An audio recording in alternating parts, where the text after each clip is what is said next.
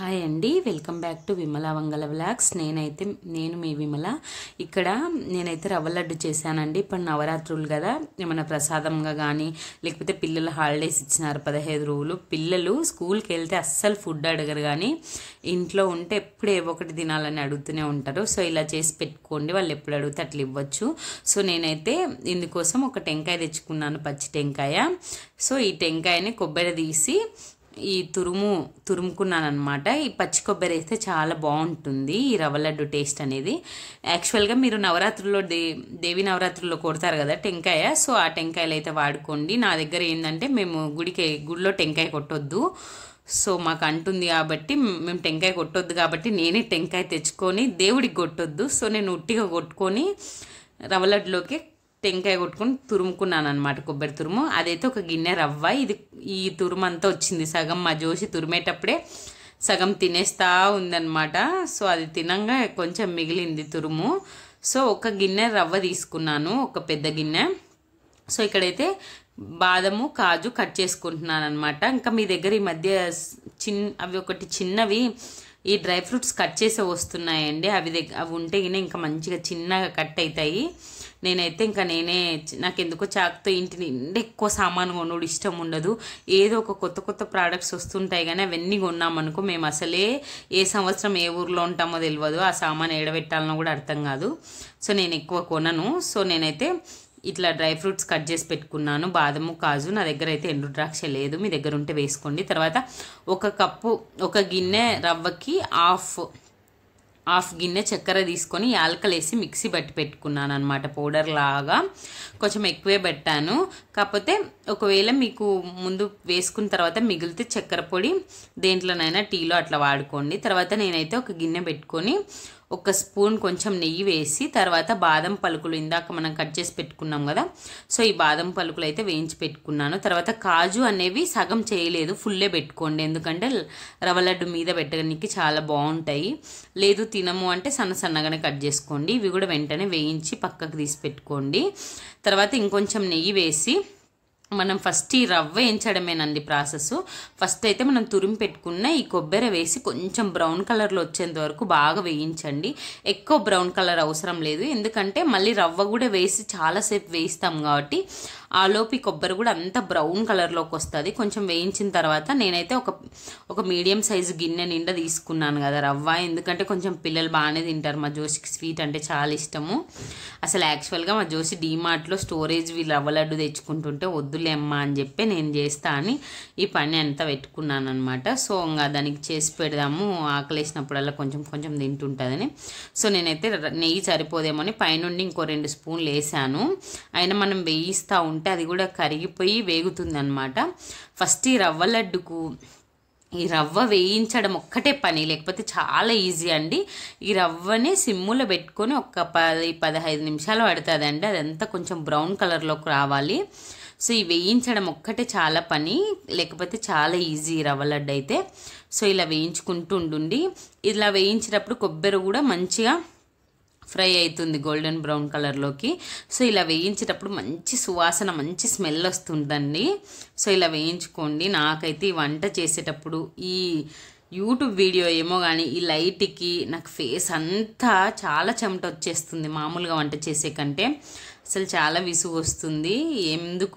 ఒక్కోసారి ఇంత పని ఎందుకు చేస్తున్నానో కూడా అర్థం కాదు, అంత విసుగు వస్తుంది మామూలుగా వంట చేయడానికి. యూట్యూబ్లో వంట చేసుకుంటూ వీడియో దీనికైతే చాలా కష్టము, నాకు ఇందులోకి దిగినాక తెలిసింది. సో ఇక్కడైతే బ్రౌన్ కలర్లో వచ్చేంత వరకు వేయించుకోవాలి. మీకు కలర్ కనబడతలేదు కానీ మంచిగా బ్రౌన్ కలర్లోకి టర్న్ అయింది రవ్వ. నేను అందుకే ఇక్కడ దగ్గర నుండి తీసాను చూడండి. మరీ బ్రౌన్ కలర్లో అవసరం లేదు, మనకు తెలుస్తుంది, మంచి స్మెల్ వస్తుంది. ఇక్కడ చూడండి బ్రౌన్ కలర్లోకి వచ్చింది. సో నీకు వీడియోలో లైట్గా కనపడుతుంది కానీ మంచిగా బ్రౌన్ కలర్లోకి అయితే వచ్చింది రవ్వ మొత్తము. సో ఇదైతే వేరే గిన్నెలోకి పెద్ద వెడల్పు బేసిన్లోకి నేను ట్రాన్స్ఫర్ చేసుకున్నాను ఈ రవ్వను. తర్వాత ఇది కొంచెం అట్లా చల్లారిన తర్వాత, ఎక్కువ చల్లార్చిన పల్లె జస్ట్ అట్లానే మనం ముందు పట్టి పెట్టుకున్నాం కదా చక్కెర పౌడరు, ఫస్ట్ అయితే ఒక రకమైన క్వాంటిటీ అందాజుగా వేసుకోండి. అంటే ఒక కప్పు ఏదైనా ఒక గిన్నె తీసుకున్న రవ్వకు దానికి 1/2 కప్పు వేసుకోండి ఫస్ట్ చక్కెర. వేసుకున్న తర్వాత జస్ట్ మీరు ప్రసాదంకి అయితే టేస్ట్ చూడొద్దు, ఇంట్లోకి అయితే కొంచెం టేస్ట్ చూడండి. ప్రసాదంకి అయితే కరెక్ట్ 1/2 కప్పు చక్కెర పొడి కంటే ఒక 1/4 కప్పు చక్కెర పొడి వేసుకోండి.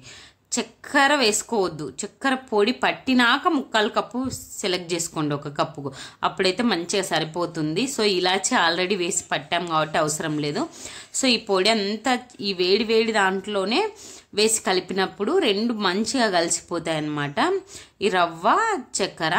తర్వాత మీరు ముందే పాలు కాచి చల్లార్చి పెట్టుకోండి. ఈ కాచి చల్లార్చిన పాలు అనేవి ఇందులో పోసుకోవాలి. ఇందులో పోసుకుంటే మంచిగా ఈ రవ్వ అనేది కొంచెం నాని దగ్గరికి వస్తుంది ఉంటలు కట్టడానికి.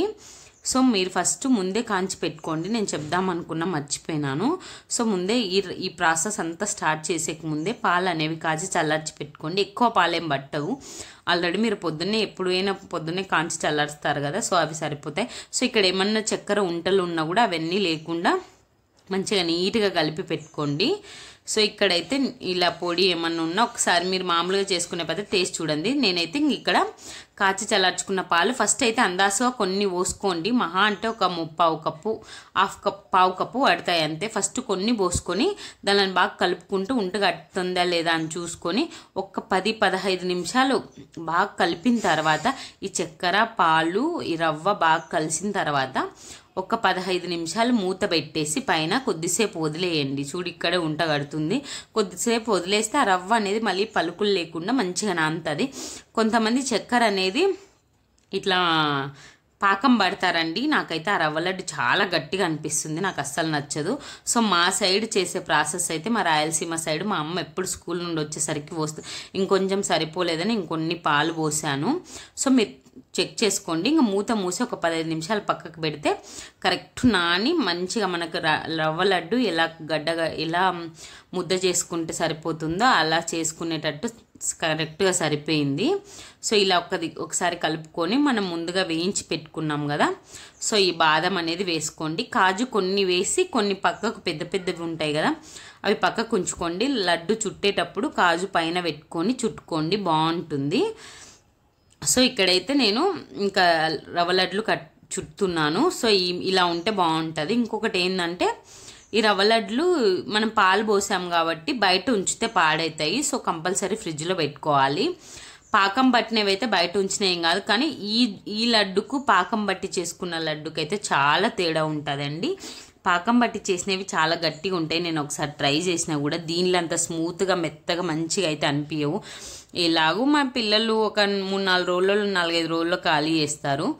ఇది ఎక్కువ రోజులు నిల్వ ఉండే స్వీట్ ఏం కాదు కాబట్టి ఇలా చేసుకుంటే మాత్రం చాలా బాగుంటుంది. ఇంకా నేను అంతసేపు నిలబడి రవ్వ లడ్డులు కట్టలేను అని చెప్పి కూర్చొని నిదానంగా అన్నీ కట్టాను. నాకైతే గ్రీన్ ప్లేట్లు 2 ప్లేట్ల రవ్వ లడ్డులు అయినాయి మంచిగా. నాకైతే ఏం చేసినా ఎవరికొకరికి టేస్ట్ చూపించింది అయితే నేను ఉండను. కాకపోతే నేను చాలా రోజులు అయింది చేసి, మా ఆయన తింటాడో తినడో అనే విషయం అయితే నాకు తెలియదు. మా జోషి చేయమని స్వీట్ లేదు అంటే చేశాను. బట్ ఇంటికి వచ్చినాక మా వారికి ఇస్తే నేను ఎక్కువ రవ్వ లడ్డు తినను, సున్నుండలు చేసినావేమో అనుకున్నా అన్నాడు. సున్నుండలకు నెయ్యి ఎక్కువ పడుతుంది. సో ఊరికి వేసినాక ఊర్లో నెయ్యి తెచ్చినాక చేస్తా అని చెప్పిన. సో నెక్స్ట్ సున్నుండలు చేస్తా.